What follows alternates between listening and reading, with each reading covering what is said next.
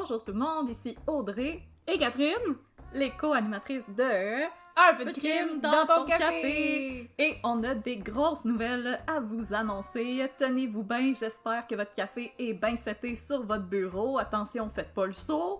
On va faire partie de la programmation du Festipod 2021!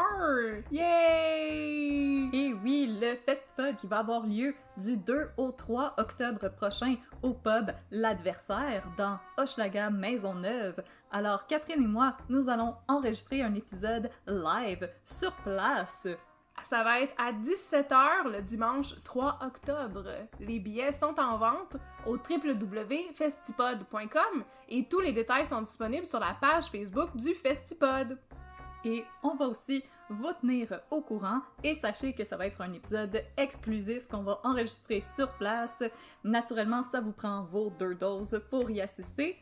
Et sinon, nous, on a super hâte de vous rencontrer, alors venez en grand nombre, ça va être super le fun. Et sachez que si vous achetez un billet pour notre présentation, vous avez accès à tous les podcasts qui vont être enregistrés le dimanche après-midi, donc à partir de 13h, vous pouvez rester là toute la journée, vous pouvez venir juste pour nous aussi, parce qu'on sait que on est vos préférés, puis c'est correct, ça reste entre nous autres.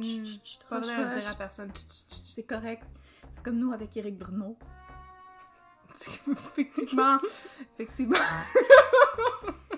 Alors, rendez-vous au festipod.com et sinon, votre épisode de Un peu de crime dans ton café de cette semaine avec du crime et du café, ça commence maintenant.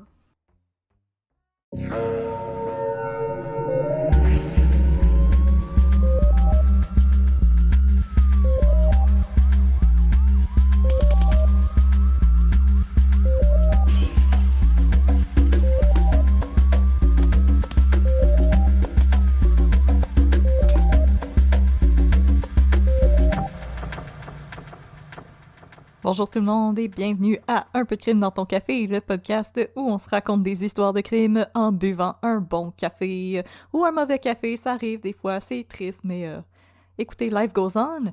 Je suis votre animatrice Audrey et aujourd'hui je suis avec mon grand chum, Catherine, comment ça va? Hello, ça va bien? On a décidé de fumer 12 paquets de cigarettes avant de commencer le temps aujourd'hui. On est devenus des grosses fumeuses. Aimez-vous nos nouvelles voix jazz? Écrivez-nous à petitcrime@gmail.com. Alors, Catherine, j'espère que t'es en shape, parce que là, aujourd'hui, on continue la grande série historique sur le FLQ. Donc, Je suis pas morte, mais je suis pas forte.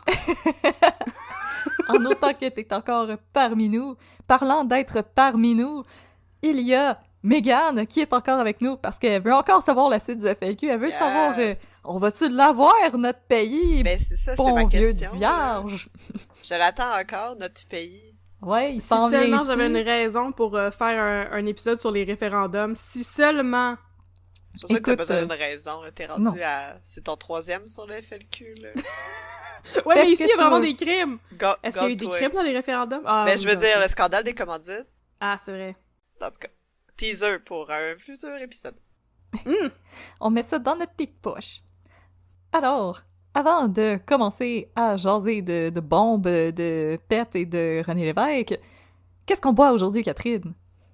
Aujourd'hui, on boit un autre café qui vient du Roasters Pack, mais puisque c'est le FLQ, on va boire un café québécois.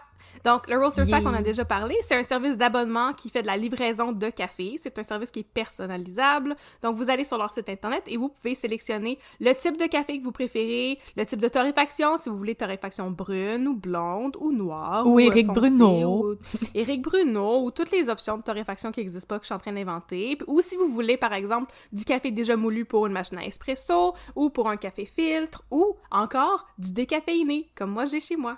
Alors, le café que je vous présente aujourd'hui, je l'ai eu dans mon Roasters Pack décaféiné. Ça vient de Nectar Coffee Roasters, qui vient de la ville de Québec. Et ça s'appelle La Refuge Décaf. C'est un single origin, donc c'est un café qui vient d'un seul endroit. Il vient de la Colombie, et il a des notes de chocolat, de biscuits grammes et de noix. Donc, comme vous avez pu remarquer, moi, j'aime bien ça, les cafés qui goûtent le chocolat. J'aime Miam, ça, miam, c'est sucré. J'ai préparé ça dans ma presse française, servi avec du lait. Ça faisait un très, très bon café au lait, ça, à cause surtout de la douceur qui va avec le chocolat. Ce n'est pas du tout amer, ce n'est pas fruité, je vous rassure, ce n'est pas acide. C'est un café qui est très doux et qui se déguste bien le matin, mais aussi à n'importe quel moment de la journée, parce que c'est un décaf, fait qu'on peut en prendre à minuit puis on va dormir pareil. Yes, sir! Puis en plus, Yes, sir! quand ça menace qu'il y ait plein de bombes qui explosent dans la ville et que vous êtes vraiment on edge, ben un café décaf, ça pourrait peut-être faire du bien, hein, parce qu'on est déjà stressé de la menace des bombes. Absolument, sauf que là, je veux pas vous décourager, là, mais il y a aucune bombe. Là. À partir de maintenant, c'est terminé, il y a plus de bombe. Ah, mais je pense qu'il y a eu assez de bombes dans l'épisode d'avant, et je pense que... Il y en a eu en masse. Ça veut dire n'arrête pas de faire le saut, là. que tout va bien, puis on peut se reposer, puis que comme... Oui, on n'a plus du tout à être sur ses Ouais, gardes. Là. Le FLQ va être super sage à partir de va être maintenant. short and sweet comme épisode. C'est ça. 20 Maintenant, ils minutes vont juste adventure. nourrir les orphelins. In and out. C'est Ah, ça, oui, exactement. oui. Tout va se passer according to plan, in and out. Smooth. Tout est super bien planifié, comme vous allez voir. On Puis finit. l'exécution va être absolument impeccable. Parfait. Alors, nos tasses sont prêtes. Tu peux mettre ce moment vraiment très relax de notre histoire dans nos tasses. On est prête à mettre un peu de crème dans notre café. Oui, on va mettre du crème dans notre café. Cette fois-ci, on va mettre un ou deux, possiblement, kidnapping dans notre café. Parce que Oh. le FLQ est de retour, et cette fois-ci, ben, ils vont plus niaiser avec la POC, là. OK, c'est fini, monter des bombes, là. Ils sont de on a- retour pour vous jouer un mauvais tour. Un mauvais tour! Ah! Et donc, on en a parlé un petit peu à la fin du dernier épisode sur la FLQ, mais au début de l'an 1970, l'an de notre Seigneur, la police avait découvert des plans, des complots qui existaient pour enlever différentes personnes, dont le consul israélien et aussi un diplomate américain. Et donc, vous allez voir que dans cet épisode-ci, ça va débouler au niveau des kidnappings. Alors, barrez vos portes. Ouais, même ça sert à rien. C'est la Vous allez crise voir. d'octobre! C'est la Yay! crise d'octobre! Oh Donc, c'est l'épisode Noël! consacré à la crise d'octobre. Mes sources sont les mêmes que d'habitude, soit le livre de Darcy Jenish, 50 ans après la crise d'octobre de Jules Falardeau, et aussi FLQ, Histoire d'un mouvement clandestin de Louis Fournier. C'est mes trois sources principales, en plus d'une rétrospective qui était parue dans Le Devoir, et de quelques articles du Journal de Montréal.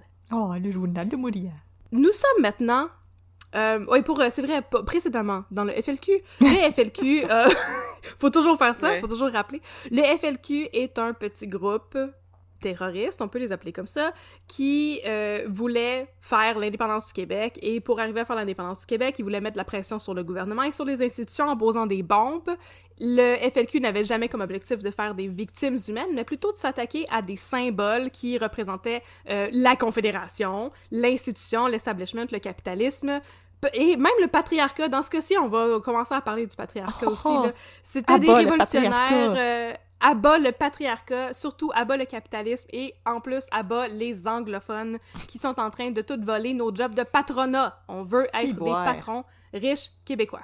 On Yes. veut pas de capitalisme, mais on veut être les patrons. Exactement. on veut Got pas... it. What?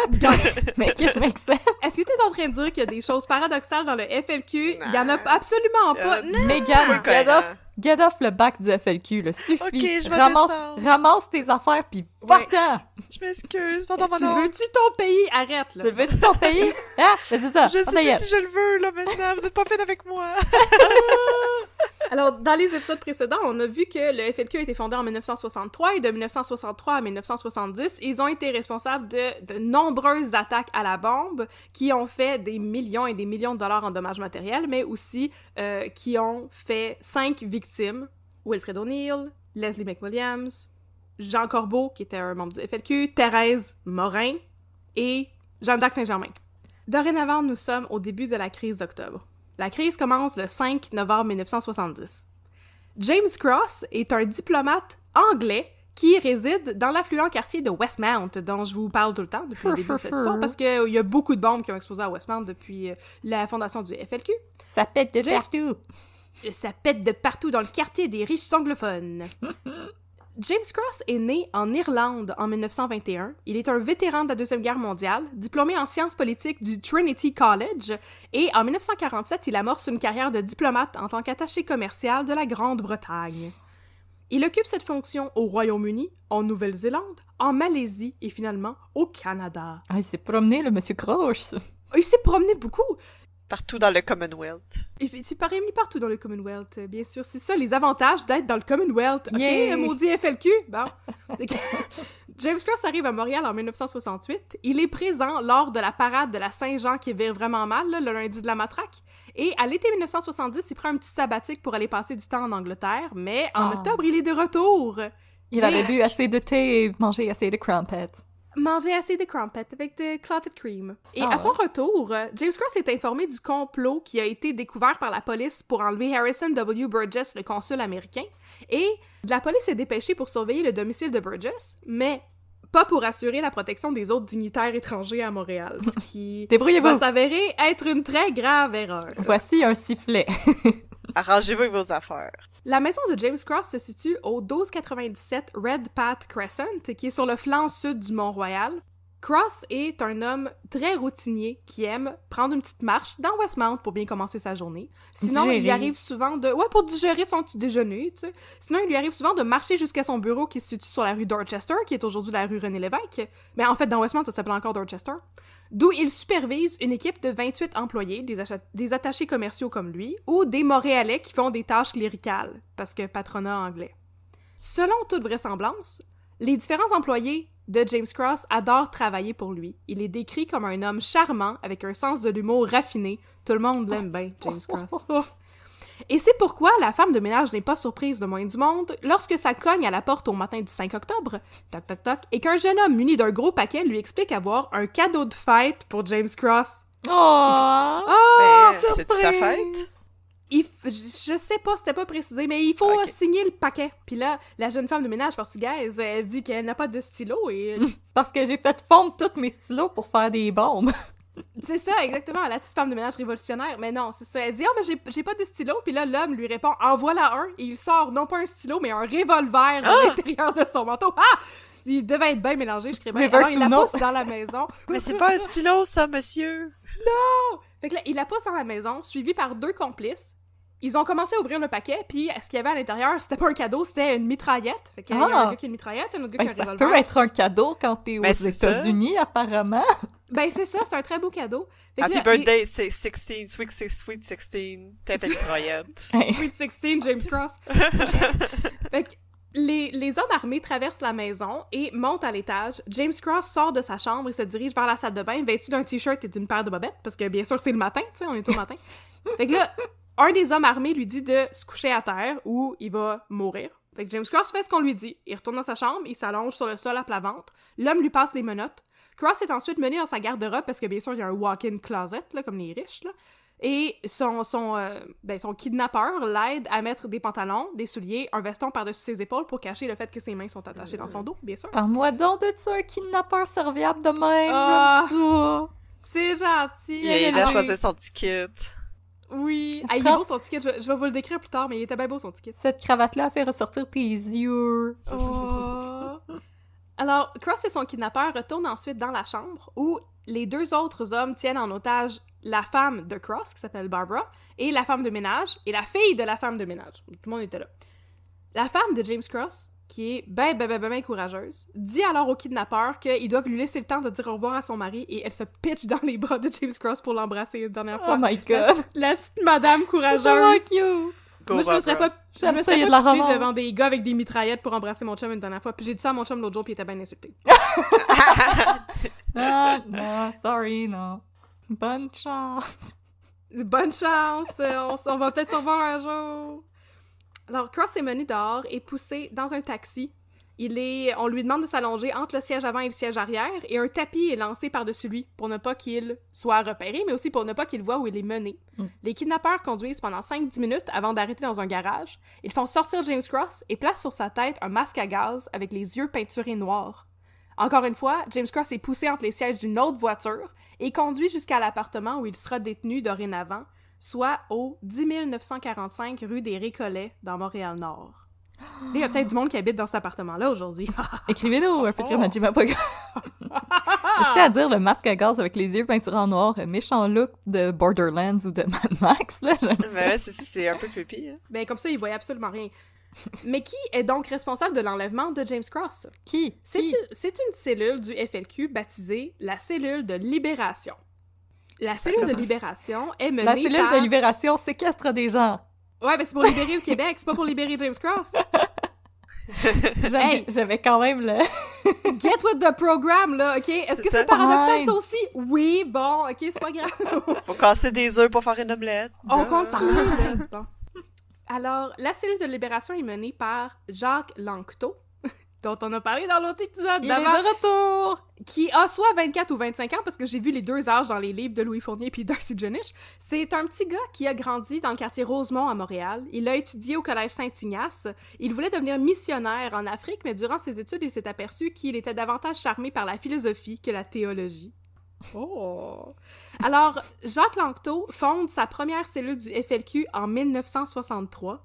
Il a 17 ans et garoche avec ses amis des bombes incendiaires sur des casernes alors que le collège Saint-Ignace le met à la porte. Parce que, tu sais, ça se concilie mal, là, de faire tes études classiques puis d'être un felkiste en même temps. Fait que, il se fait mettre à la porte et Jacques continue ses activités felkistes. Et là, le 24 juin 1968, pendant l'émeute de la Saint-Jean-Baptiste, Jacques Lanctot est brutalement battu par les policiers, c'est le lundi de la matraque. Il est inconscient et ensanglanté et un homme lui vient en aide, épongeant son sang avec son chandail. Cet homme, c'est Paul Rose. C'est un meet cute! C'est un meet cute de comédie romantique qui va mener à des choses épouvantables. Paul Rose, il enlève son chandail, puis là, il monte Juste ses le dire. abs. La musique qui joue. Oh, ben. Ta-da-da. Ah. Paul Rose vient aussi de Montréal, lui vient du quartier Saint-Henri et sa famille déménage sur la Rive-Sud pendant son adolescence. Il a un diplôme en sciences politiques du collège Sainte-Marie et étudie ensuite à l'UQAM, payant ses études en faisant des petits boulots. Paul Rose enseigne aux élèves à besoins particuliers, à la commission scolaire de Chambly pendant un bout, et il n'est pas un homme engagé politiquement à prime abord. En fait, c'est vraiment l'émeute de la Saint-Jean et le lundi de la matraque qui vont éveiller sa flamme révolutionnaire, et la rencontre avec Jacques Lanctot va être particulièrement déterminante et bouleverser le cours de la vie des deux jeunes hommes.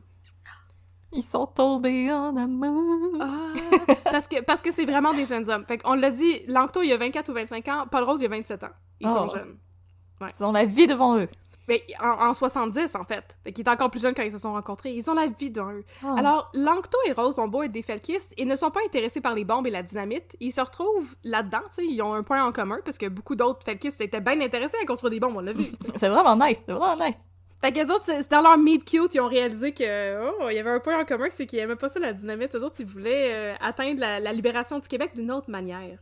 Fait qu'ils commencent rapidement à collaborer. Leur objectif est non pas de renverser le gouvernement, parce qu'ils trouvent que c'est un objectif vraiment utopique, là, difficile à atteindre, mais plutôt d'accélérer le processus de changement de la société québécoise en emmenant le peuple à désirer le dit changement. Ils ont Vraiment l'impression que plus les... simple. Ben, oui, effectivement. On va changer les mentalités de tout le monde! Ah, OK. Ben On oui, va c'est changer ça. les mentalités de tout le monde en les convainquant de quelque chose. Ben oui. Ils ont l'impression que les bombes felkistes aliènent la population plutôt que les faire compatir à leur cause et créent des victimes innocentes. On l'a vu, c'est effectivement le cas. Initialement, la cellule de Paul Rose, qui elle s'appelle la cellule Chénier, en l'honneur d'un révolutionnaire qui date de l'époque des Patriotes.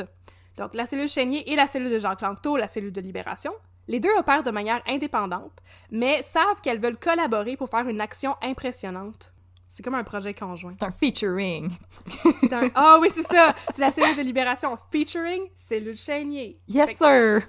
Drop the les beat. cellules... Drop the beat. Les cellules savent aussi qu'elles doivent être beaucoup plus rigoureuses et mieux organisées que les petits felkistes basics qui posent des bombes puis qui lancent des cocktails Molotov pour ensuite retourner à leurs études. T'sais, eux autres, ça, c'est des real. OK, ouais, c'est ça, là. C'est comme... Nous autres, on a besoin d'être vraiment rodés, là. Fait que, pour être vraiment rodés, ça va leur prendre des armes, des véhicules, des planques et du financement. C'est la cellule Chénier qui va s'occuper des levées de fonds, entre guillemets, pour les deux groupes. On va laver des autos! On va Eh faire oui, des car wash. chocolat! Soupe spaghetti. Working at the car wash, yeah! Wow, wow, wow. Non, c'est pas ça. En fait, les levées de fonds de la cellule Chénier, c'est des braquages de banque et de la fraude. J'aime ça. C'est un bel euphémisme. On peut-tu quand même porter des bikinis? C'est ça. Fait que tout est Oui, prêt pas pour la un petit levée peu. de fond. Wink, wink. J'aime ça. Fait que là, le groupe commet au total 12 braquages et amasse un butin d'environ 200 000 $, ce qui équivaut à... Est-ce que vous voulez deviner ça équivaut à combien d'argent aujourd'hui? J'ai un petit peu fait le saut. Combien? 200 000, t'as dit? 200 000 en 70. Oh boy. En 70, fait que je dirais à peu près pas loin de million. Ouais. 1 400 000. Quand même, est-ce que c'est quand même C'est- plus que... C'est beaucoup. un million, c'est presque 1,5 million, là. C'est assez pour les financer longtemps, là. Ah, il était loadé, le FLQ. À travers ça, ils ont aussi contracté de nombreux prêts sous de faux noms et obtenu des cartes de crédit de la même manière. Ils sont vraiment loadés, là. OK? Les cellules obtiennent aussi plusieurs appartements et résidences loués sous de faux noms, encore. Et il n'y avait pas la crise du logement dans ce temps-là, hein, parce qu'il y avait tout comme 3-4 appartements chaque, puis comme 4-5 maisons. Fait qu'ils ont un premier appartement au 3955 rue Saint-André, un autre au 5630 rue Armstrong à Saint-Hubert. La rue a depuis été renommée la rue Bachan. Je dis ça pour le monde qui voudrait aller scouter. Les gens qui veulent faire le petit tour FLQ. FLQ Tour. Le pèlerinage du Pèlerinage FLQ. FLQ. Les groupes possèdent aussi une maison de campagne à Sainte-Anne-de-la-Rochelle en Estrie et un Oh. garage sur la Hey, rue ils ont Édouard même Montpetit à Ils ont Montréal. même un chalet, tout. Ils ont même un investi chalet, dans puis- l'immobilier, ils sont smart. Hey, ils sont brillants, ils ont pas foxé leur cours d'économie, les autres. Là. En tout cas, maintenant, ils ont de l'argent, des armes, des maisons, des voitures. Ils sont partis pour la gloire. Hey, ils sont dans Grand Theft Auto, eux autres, là. Ils sont dans Grand Theft Auto jusqu'à ce que Jacques Langto se fasse pogner en février 1970 à cause de sa lumière qui fonctionne pas en arrière de son char. Là. On se rappelle de ça? Fait que, sauf que ils sont partis pour la gloire, sauf que Jacques Langto se fait arrêter en février 70 avec le gros panier pour kidnapper quelqu'un, tu sais. Et plutôt que faire face à la justice, Langto va se sauver et s'en va sous terre, underground. Il disparaît pour Il rejoindre... creuse un- C'est il un creuse mole trou. people! California mole people! Il creuse un trou. California Mole People! C'est Montreal Mole People. Puis en fait, lui, ce qu'il va faire à partir de ce moment-là, on va en reparler, mais c'est que il va... Jacques Langto, il était marié puis il avait un enfant, mais il va complètement abandonner sa famille, puis il va juste faire du couchsurfing chez des amis felkistes sans avoir d'adresse officielle jusqu'à la crise d'octobre. Maudits hommes! De février à octobre, c'est fou, là. Fait que là, le petit frère de Jacques Langto et les autres complices qui sont liés à la planque de Prévost, on a vu ça dans l'autre épisode d'avant, il y a eu une descente dans une maison à Prévost, ils ont arrêté le frère de Jacques Langto, bon, ils sont arrêtés en juin 1970, puis ça aussi, ça scrape le plan des cellules, parce que, ben, un des complices à Prévost avait en sa possession une map dessinée à la main qui montre l'emplacement de la ferme à Sainte-Anne-de-la-Rochelle. Fait que là, ça vient de brûler la maison à Prévost, la maison à Sainte-Anne-de-la-Rochelle. Écoute, là, c'est ça. La police est sur le coup, ils vont faire une rafle là-bas, ils trouvent de la dynamite, des armes, des véhicules. C'est ben de l'argent pitché par les fenêtres, puis ben des effectifs qui ont pu le FLQ. Fait que désormais, la maison au 5630 rue Armstrong devient la base de ces deux cellules-là. À Saint-Hubert. Mon hood! Les cellules veulent agir vite et commencent à élaborer un prochain complot d'enlèvement. La sœur de Jacques Langto, Louise Cossette-Trudel, et son mari Jacques sont responsables du repérage. Ils arrivent à obtenir l'adresse de James Cross et le suivent pendant des jours et des jours pour avoir une idée détaillée de son horaire et de ses habitudes. Puis pendant ce temps-là, en août 1970, il commence à y avoir de la discorde au sein des cellules. Langto veut que le kidnapping se déroule le plus rapidement possible. Il est recherché par la police. Sa femme, qui a délaissé depuis février, est enceinte. Son frère est en prison. Lui, là, il veut que ça se règle pas bien. le plus vite possible, puis qu'après ça, il puisse quitter le pays, puis aller à Cuba. Ça faisait partie des demandes qu'il y avait sur les manifestes qu'on a trouvés, tu sais. Paul Rose, leader de la cellule Chénier, lui, préfère attendre. Il sent que la police en sait trop sur eux, suite au raid à Prévost et à Sainte-Anne-de-la-Rochelle. Il maintient qu'ils n'ont pas assez d'argent ou de ressources pour procéder à un enlèvement, et en plus, il trouve que James Cross n'est pas une bonne cible. Oui, c'est un symbole du colonialisme culturel, mais pas de la domination étrangère sur l'économie du Québec. Moi, je trouve que le raisonnement est un peu weird parce qu'il était attaché commercial, la Grande-Bretagne. Fait que je pense que James Cross était une bonne cible. Je pense que J'en oui. reviens pas que j'ai dit ça en ondes, mais oui. Voilà. C'était une bonne personne à kidnapper. Bon. Donc, les cellules passent le tout au vote en septembre 1970 et c'est là que ça se scinde. Langto va continuer avec son complot d'enlèvement et Paul Rose et sa gang décident de se distancier de ça et se concentrer sur les braquages et l'acquisition des fonds. C'est la fin de leur amitié. C'est la fin, écoute. C'est ici qu'on va se séparer de la gang Rose et se concentrer sur la cellule de libération menée par Jacques Langto. Elle comporte 6 membres.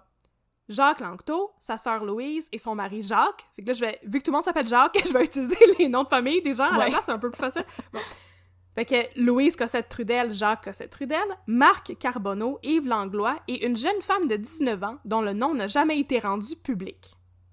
C'est les membres de cette cellule-là. Le 5 septembre, les choses se mettent en branle. Les Cossette-Trudel font la plupart des démarches. Ils quittent l'appartement sur Saint-André et en louent un autre au 10 945 des Récollets. Dans le livre de Darcy Jenish, ça disait que c'était à 25 km au nord du centre-ville. Puis ça, c'est absolument pas vrai. Puis on dirait que ça a été écrit par quelqu'un qui est jamais venu à Montréal. 25 km, t'es plus sur l'île de Montréal. Non. Ben non, c'est ça. Je comprends. Ça m'a vraiment C'est fait pas si grave que ça, là. Non. Il y avait un Pas truc de à un nord moment donné à qui au sud. disait que dans Westmount, t'étais à une affaire comme 14 km du centre-ville, puis j'étais comme, c'est absolument pas vrai. En tout cas, j'ai pas compris où il a pris ses mesures, là. Maudit Darcy Jenish. Fait qu'en tout cas, ils ont loué cet appartement au 10 945 des Récollets. Les Cossette-Trudel louent aussi un second appartement sur la rue Saint-Hubert pour servir de planque à Yves Langlois et Marc Carbonneau, et aussi d'endroit d'où imprimer et diffuser les communiqués de presse. Parce que il faut que tu communiques à la presse que t'as kidnappé quelqu'un, tu sais. Heads Ok. up! Allô, on a kidnappé quelqu'un. Allô? Fait que là, vous savez ce Dans qu'on le dit, journal. hein? J'invente une expression. Un enlèvement, c'est comme un récital de ballet, ça doit être pratiqué. Oh! Yeah. Non, Ah! mais cute, j'aime ça! Fait ils vont faire des pratiques de kidnapping, pour vrai. Ils se pratiquent à saisir quelqu'un, le mettre dans un char, le transférer dans un autre char, mettre le casque, tu sais, le masque, tu sais, anti-gaz et tout, là, bon. Fait qu'ils se pratiquent à toutes ces étapes-là, à faire la route, à partir de la maison de James Cross, aller jusqu'à leur garage sur Don-Montpetit, du garage sur Don-Montpetit jusqu'au 10 945 des Récollets. Ils se pratiquent pour être sûrs d'avoir tout bien compris et, tu sais, d'avoir anticipé toutes les possibles déraillements à la situation. Si vous savez pas quoi faire en fin de semaine, là, pognez-vous une coupe de chum. Faites des pratiques de kidnapping. Vous allez être vraiment bon après pour traîner des gens dans des parties surprises. Ou faire des... ouais, c'est ça, faire des... avant ton mariage, là. Oui. Ah oui! Oh wow! Comment ça s'appelle, déjà? Un enterrement de vie de garçon. Ouais, c'est Ah ça, oui, faire ton un enterrement stag de garçon. party. Il y a tout le temps quelqu'un qui kidnappe quelqu'un dans ces affaires-là, là. C'est vrai, c'est vrai. Ce qui est pas une bonne idée, vous allez traumatiser vos amis, faites pas ça. Ben c'est correct, en tout cas. Non.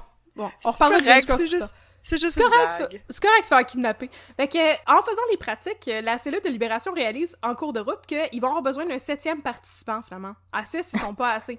Fait qu'ils recrutent un jeune révolutionnaire anglophone du nom de Nigel Hamer. Nigel, mon dieu. C'est un revirement vraiment inattendu parce que Hamer, c'est un anglophone, puis pendant longtemps, la police était pas capable de cerner qui faisait partie de ce groupe-là du FLQ. On va voir plus tard pourquoi. Mais c'est ça, quand son nom a fini par sortir dans les médias, les gens étaient... Ah! Il y avait un anglophone dans le FLQ, oh my god! Puis, il est trouvé C'est bien un- un yeet. Il vient d'une riche banlieue du West Island, en plus, mais c'est ça, c'est un jeune révolutionnaire. Et Hamer leur obtient encore plus de dynamite volée dans une carrière à Saint-Hyacinthe. Fait que là, bon, il y a encore plus d'armes qu'avant. Ils ont un 7e membre, OK? 7 is a lucky number. Puis là, ils sont prêts à procéder. Yes. Fait que là, on va retracer ce qui arrive. Le 5 octobre, les Cossette-Trudel partent du 10 945 des Récollets pour Westmount. Marc Carbonneau part de l'appartement de la rue Saint-Hubert et se rend à une station de taxi au coin Saint-Denis et Saint-Joseph où il a déjà travaillé en tant que chauffeur de taxi. Il entre et se dirige vers la table où sont entreposées les clés de taxi. Il prend un trousseau et il s'en va sans se faire remarquer. Il vole un taxi, il va ramasser Langlois, Lanctot et Hamer qui est déguisé en livreur. Oh. Carbonneau prend le temps de retirer l'insigne de Diamond Taxi et la remplace par une autre insigne, La Salle Taxi, pour semer la confusion. Le taxi file à travers Montréal. Arrivé dans Westmount, les hommes voient Louise Cossette-Trudel, qui est dans une autre voiture et qui surveille la maison de James Cross. Elle leur donne un signal comme quoi James Cross est bel et bien chez lui, et puis sa voiture s'en va. Le kidnapping est terminé en moins de 5 minutes. Il est Efficace. 8h20 le matin. C'était efficace en tabarnouche. Ils se sont pratiqués, il était vrai. Ça valait la peine! Je sais pas si c'était une bonne run pour eux, mais à 5 minutes, Il c'est était très comme on a battu efficace. notre record! Yeah. 5 minutes, ça inclut habiller un monsieur alors Oui. qu'il est en menottes, là. Oui. C'est quand même très bien. Puis à travers ça, on tirait sur personne. Ah ah. C'est merveilleux. Propre, Encore. propre, propre. Fait que là, à 8h20 le matin, James Cross est parti, puis Barbara Cross, elle appelle la police dès que les kidnappeurs ont quitté son domicile. Et la chasse à l'homme s'ensuit. Là, il y avait un détail que j'ai pas inclus, mais je trouve ça drôle, je vais vous le conter pareil. Quand elle appelle à un poste de police francophone, puis ils comprennent pas qu'est-ce qu'elle est en train de dire, fait qu'ils envoient des policiers à, comme, l'ambassade de la Grèce. Ils envoient des policiers à la mauvaise place parce qu'ils ont pas compris de quoi qu'elle parlait. Il y a comme un petit bout de confusion au début. Oh mais non! éventuellement, la police comprend, puis ils bloquent des ponts pour sortir de la ville et fouillent des centaines de véhicules en vain. Mais ils finissent par trouver un manifeste de 8 pages de la cellule de libération dans une boîte postale à un pavillon de l'UQAM au Parc La Fontaine. Fait qu'il y avait un pavillon de l'UQAM au Parc La Fontaine dans le temps. Ah, c'est Ah. fini, ça. Ouais. Est-ce-tu l'espèce de grosse bâtisse qui est là? Ça se peut qu'il y ait comme un centre communautaire aujourd'hui, c'est possible. Le communiqué, le manifeste demande, une des premières demandes, c'est d'être lu en ondes. Le ministre de la Justice, Jérôme Choquette, il ne va pas accepter cette demande-là, mais il va par contre lire les demandes faites par le FLQ à la télévision. Il donne une conférence de presse à 16h, le 1er octobre, pour lire les 6 demandes et non pas l'intégralité du manifeste. Donc voici les 6 demandes. D'abord, la diffusion du manifeste du FLQ. Déjà là, on l'a pas fait. Deuxièmement, la libération des 23 prisonniers politiques du FLQ, y compris François Schirm, Pierre-Paul Geoffroy. Bon. Ensuite, un avion de transport vers Cuba ou l'Algérie pour demander l'asile politique. Ensuite, le réengagement des gars de La Palme. Ça, c'était 450 camionneurs à qui le gouvernement fédéral avait retiré un important contrat de transport postal et refusé le droit d'association à un syndicat. Fait qu'ils demandent le réembauchement de ces gars-là parce que c'est encore des syndicalistes, les fédéralistes. Oui. Ils demandent aussi l'imposition d'une taxe volontaire de 500 000 $ qui devront être placés dans l'avion dans lequel ils vont embarquer pour aller à Cuba. Fait qu'ils demandent 500 000 $ au gouvernement pour les aider à se relocaliser. Et aussi le nom du délateur du FLQ qui a livré les militants arrêtés en juin à Prévost, y compris le frère de Jacques Langto. On veut le snitch. Pour y donner ses stitches. Le gouvernement a 48 heures pour approuver les demandes du FLQ, sans quoi James Cross sera exécuté. Après avoir lu la liste des demandes, le ministre Choquette prévient les kidnappeurs que James Cross fait de l'hypertension et doit prendre un certain médicament. Au lieu de les inciter à le libérer, ça motive la cellule de libération à aller se procurer le dit médicament avec une prescription volée. Le ministre de la Justice, il pensait que ça allait les faire capoter puis qu'il allait dire oh non, on veut pas s'occuper de ça, on va pas cadrer, on va juste... aller Mais non, on va aller chercher ses pilules. Mais non, à la place, ils ont des envoyé... c'est ça, je pense qu'il avait envoyé Louise Cossette-Trudel, mais c'est ça, ils ont envoyé une des filles, là, puis avec une fausse prescription, puis il est allé chercher la médication, puis il y a eu aucun problème, puis ils l'ont tenu en santé. En tout cas. Fait que là, pendant ce temps-là, la police passe le manifeste reçu aux affaires de poudre d'empreintes, là, et prélève 2 empreintes distinctes qui sont rapidement associées à Jacques Langto et Marc Carbonneau, qui avaient déjà été arrêtés par la police. La police montre des photos à Barbara Cross de plusieurs felkistes ayant déjà été arrêtés, et elle identifie Jacques Langto comme étant un des kidnappeurs. Mais c'est tout. Bon. James Cross est désormais détenu dans une chambre à l'arrière du 10 945 des Récollets. Il porte une cagoule, et a maintenant les mains menottées devant lui plutôt que dans son dos. Cross demande aux kidnappeurs ce qu'ils veulent, et ils lui lisent, en réponse, leur manifeste. James Cross ne comprend pas tout lire parce un petit qu'il... quelque chose. Pas vraiment bien français. Il faisait 8 pages. Non, c'est ça, tu sais. Fait qu'il on va te lire ça. Mais James Cross, il parlait pas très bien français, effectivement. Fait qu'il comprend pas tout, mais il comprend le ton et l'essentiel du message, et il sait désormais que sa vie est entre les mains des autorités, du gouvernement, entre autres. À part de ça, il est relativement bien traité. Je sais que les gens vont comme peut-être m'haïr pour dire ça, là, mais en tout cas, il est bien traité. Il a le droit d'écouter la radio et la télévision là, pendant qu'il a été kidnappé. Il peut aussi jouer au solitaire. Il y a toujours quelqu'un qui le surveille. Et il y a beaucoup d'animations dans l'appartement. Il y a des gens qui viennent avec différentes éditions de journaux qui lisent attentivement. Bien sûr, ils font attention à pas être vus directement. C'est pour ça qu'il a sa cagoule, tu sais. Mais il y en a là-dedans, on va le voir un petit peu plus tard, qui passent du temps avec lui puis qui jasent avec lui. Ils sont friendly avec James Cross. Là. Puis il est bien nourri. Voilà. Oh. Puis il y a ses pelules. Il y a ses pelules. Il peut regarder la poule aux œufs d'or, tout va bien. Puis, écoute, il a donné une entrevue, tu sais, une couple d'années après ça.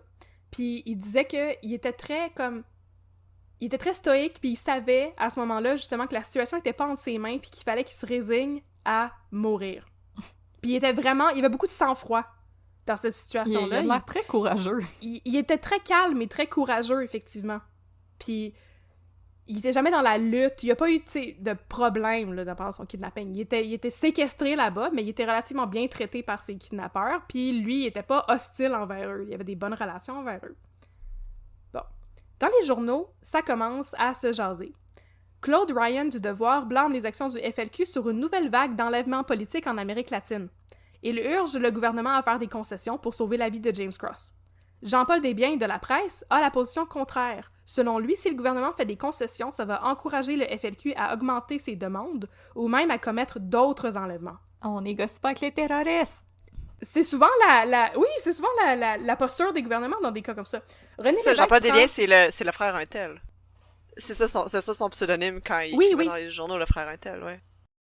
René Lévesque prend aussi position publiquement, quoique sa prise de position est justement moins claire parce que désormais il est le leader du Parti québécois. Fait qu'il a pas réussi à obtenir un siège au Parlement dans les dernières élections, mais il travaille activement en politique et il est aussi chroniqueur au Journal de Montréal. Puis là, il veut pas se fâcher le monde, tu sais. Fait que là, la position de René Lévesque est équivoque parce que ça lui permet d'éviter justement de s'aliéner les partisans du PQ et les partisans du FLQ et, d'une autre part, de pas s'aliéner le gouvernement Bourassa. Fait que là, lui, ce qu'il dit, c'est que on doit dénoncer le kidnapping, mais on doit aussi déplorer que les jeunes militants du Québec aient à utiliser des moyens aussi violents pour se faire entendre par le gouvernement. Voilà. Justement, tout le monde se demande comment va réagir le gouvernement. La réponse officielle arrive le lendemain, le mardi 6 octobre. C'est Mitchell Sharp, qui est ministre fédéral des Affaires étrangères, qui fait une déclaration télévisée pour dire que les demandes du FLQ ne sont pas raisonnables et que le gouvernement n'a pas l'intention de se plier à leurs demandes, mais il espère que le FLQ va accepter de négocier pour que le tout se règle dans le calme et la joie de vivre. Mitchell explique aussi au FLQ que le gouvernement va refuser de négocier tant et aussi longtemps qu'il n'y aura pas de preuve que James Cross est encore vivant. Parce que historiquement, pas au Canada, mais historiquement, c'est déjà arrivé des demandes de rançon pour des gens qui étaient morts dans des kidnappings. Bon. Mais le FLQ ne fait pas ça et va juste continuer à distribuer des communiqués au lieu de fournir une preuve de la vie perpétuelle de James Cross. Ils vont juste continuer à distribuer des communiqués à des journaux et à des stations de radio et de télé. Les nouvelles circulent à une vitesse incroyable et souvent le public est informé des développements avant les politiciens et avant la police. Parce que le FLQ, ils s'en foutent, là. Ils vont pas aller voir la police avec leur communiqué, ils vont appeler CKAC, puis ils vont aller porter ça à Radio-Can, puis c'est ça, là, tu sais. Parce qu'ils ont un message à faire passer, fait que... Oui. Si ça passe par la police, ils vont faire comme non, mais pas ça dehors. L'échéance du 48 heures passe, et le FLQ choisit de repousser son échéance de 24 heures encore, en espérant que les négociations puissent être enclenchées avec le gouvernement entre-temps. Ils publient un 5e communiqué dans lequel ils abandonnent une partie de leurs demandes initiales, mais maintiennent la demande de libération des prisonniers politiques et la lecture du manifeste en ondes. Le 7 octobre, 27 suspects sont arrêtés et questionnés par la police. Donc c'est des gens qui étaient déjà dans la mire de la police parce que c'était des sympathisants felkistes ou des anciens felkistes qui étaient libérés, tu sais. Mais aucun n'est en mesure de les mener à James Cross. Les suspects sont aussi amenés devant Barbara Cross et la femme de ménage des Cross, mais les deux femmes sont incapables d'identifier un suspect. La plupart sont relâchés avant la fin de la journée. Et que ça fait 2 jours, là, 7 octobre. 8 octobre. Mitchell Sharp accepte enfin que le manifeste soit lu dans son entièreté sur les ondes de Radio-Canada. Fait que là, arrive le moment tant attendu où je vous lis des extraits du fameux manifeste du FLQ. Yeah! Vous pouvez l'écouter en intégralité dans les archives de Radio-Canada, c'est disponible sur YouTube. C'est bien intéressant. J'ai coupé le texte parce qu'il était très long, mais je vais vous souligner mes passages préférés. Donc, on commence. Go! Le Front de libération du Québec n'est pas le Messie, ni un Robin des Bois des temps modernes. C'est un regroupement de travailleurs québécois qui sont décidés à tout mettre en œuvre pour que le peuple québécois prenne définitivement en main son destin. Le Front de libération du Québec veut l'indépendance totale des Québécois, réunis dans une société libre et purgée à jamais de sa clique de requins voraces, les big boss patronneux et leurs valets qui ont fait du Québec leur chasse gardée du cheap labor et de l'exploitation sans scrupules. Nous avons cru, un moment, qu'il valait la peine de canaliser nos énergies, nos impatiences, comme le dit si bien René Lévesque, dans le Parti québécois. Mais la victoire libérale montre bien que ce qu'on appelle démocratie au Québec n'est en fait et depuis toujours que la démocratie des riches. La victoire du Parti libéral, en ce sens, n'est en fait que la victoire des faiseurs d'élections, Simard, Cotroni.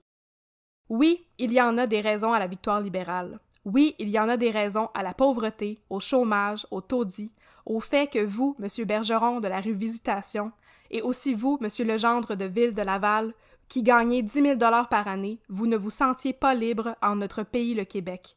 Oui, il y en a des raisons, et les gars de la Lord les connaissent, les pêcheurs de la Gaspésie, les travailleurs de la Côte-Nord, les mineurs de la Iron Ore, de Québec Cartier Mining, de la Noranda les connaissent eux aussi ces raisons. Oui, il y en a des raisons pour que vous, M. Tremblay de la rue Panay, et vous, M. Cloutier, qui travaillez dans la construction à Saint-Jérôme, vous ne puissiez vous payer des vaisseaux d'or avec de la belle zizik et tout le fling-flang comme l'a fait Drapeau l'aristocrate, celui qui se préoccupe tellement des taudis qu'il a fait placer des panneaux de couleur devant ceux-ci pour ne pas que les riches touristes voient notre misère.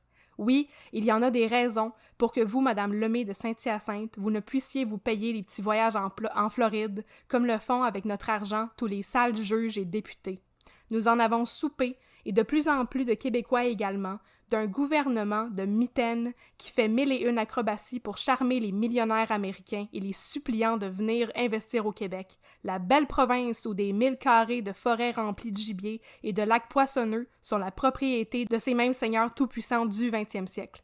Des promesses de travail et de prospérité, alors que nous serons toujours les serviteurs assidus et les lèche-bottes des big shots, tant qu'il y aura des Westmount, des Town of Mont-Royal, des Hampstead, des Outremont, tous ces véritables châteaux forts de la haute finance, de la rue Saint-Jacques, de la Wall Street, tant que nous tous Québécois n'aurons pas chassé par tous les moyens, y compris la dynamite et les armes, ces big boss de l'économie et de la politique, prêts à toutes les bassesses pour mieux nous fourrer. Nous sommes de plus en plus nombreux à connaître et à subir cette société terroriste, et le jour s'en vient où tous les Westmount du Québec disparaîtront de la carte. Travailleurs de la production, des mines et des forêts, travailleurs des services, enseignants et étudiants, chômeurs, prenez ce qui vous appartient, votre travail, votre détermination, votre liberté. Travailleurs du Québec, commencez dès aujourd'hui à reprendre ce qui vous appartient. Prenez vous-même ce qui est à vous. Faites vous-même votre révolution dans vos quartiers, dans vos milieux de travail. Faites vous-même votre révolution. Nous sommes des travailleurs québécois et nous irons jusqu'au bout. Nous voulons remplacer avec toute la population cette société d'esclaves par une société libre, fonctionnant elle-même et pour elle-même, une société ouverte sur le monde. Notre lutte ne peut être que victorieuse. On ne tient pas longtemps dans la misère et le mépris un peuple en réveil. Vive le Québec libre! Vive les camarades prisonniers politiques! Vive la Révolution québécoise! Vive le Front de libération du Québec! Wow, j'ai des frissons. Ouais, c'est vraiment bon. Ça valait la peine quand même, hein. C'est vraiment bien. Je sais que je suis biaisée, mais je peux pas m'empêcher de souligner que c'est un texte qui est vraiment fort, vraiment bien écrit. C'est très rassembleur. Il y a beaucoup de haine là-dedans, mais honnêtement, c'est... Mais moi, je trouve ça admirable, le vocabulaire qui est écrit là-dedans, qui est comme à la fois... C'est ça, comme tu dis, c'est très bien expliqué, comme toute la lutte des classes, mais que toute la haine puis le vocabulaire québécois mélangé avec l'anglais, c'est du génie, bravo. Oui, absolument. J'aime aussi les appels directs au peuple, c'est... Ouais. Je sais pas, il y a quelque chose de vraiment comme prenant là-dedans, là. Puis le fait qu'il décrit justement toutes les injustices puis le double standard du petit peuple qui peut pas se payer des voyages, qui peut pas se payer des bateaux, puis tous les politiciens qui s'enrichissent là, dans nos poches comme les gros investisseurs américains, c'est un texte qui représente très bien la situation socio-économique à l'époque puis les raisons pour lesquelles le FLQ a fait ce qu'il a fait. Le 9 octobre, soit le lendemain de la lecture à la télévision du manifeste, le FLQ diffuse 2 nouveaux communiqués, dont un qui contient une note de James Cross à sa femme lui assurant qu'il est encore en vie. Le FLQ suspend sa menace d'exécuter James Cross, mais maintient sa demande de libération des prisonniers du FLQ. Et il donne aux autorités jusqu'au samedi 10 octobre à 18h pour réagir. À ce stade-ci, la police en sait très peu sur ce qui se passe. Toujours le 9 octobre, la police révèle au public qu'elle recherche Jacques Lanctot, mais... À part Carbonneau, la police ignore toujours qui pourrait être les complices de Jacques Lanctot, puis il y en a 5 autres. Et puis, le 10 octobre, quelques minutes avant l'échéance de 18h, le ministre provincial de la Sécurité, Jérôme Choquette, tient une conférence de presse pour annoncer que la position des 2 gouvernements n'a pas changé. Les lois ne peuvent pas être amendées par le blackmail et le gouvernement refuse de négocier avec le FLQ. Choquette termine son annonce à 18h15 et, à peine quelques minutes plus tard, les stations de radio et de télévision interrompent leur programmation régulière pour annoncer une nouvelle de dernière heure. Le ministre Pierre Laporte a été kidnappé par le FLQ. River Suno! C'est ça. River Suno! River Suno, haha! Ah! Mais là, après septembre, quand il y a eu justement la scission entre la cellule de Chénier et la cellule de Libération. Le break-up! Que fait donc la cellule de Paul Rose? C'est l'heure de parler d'eux autres.